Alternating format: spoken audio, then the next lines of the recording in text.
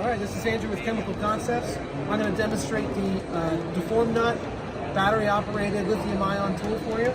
Typically, you use a manual tool or a pneumatic tool. The lithium-ion makes it ready to use on the job site. I'm going to get an anchor. It's very easy to use.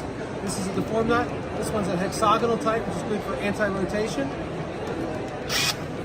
High torque values. I'm just going to put that in my receiving material here, sheet metal. And with one click, I have a usable threaded insert ready to go. I'm going to do one more with the standard knurled version. This is a round one. It just requires a round hole.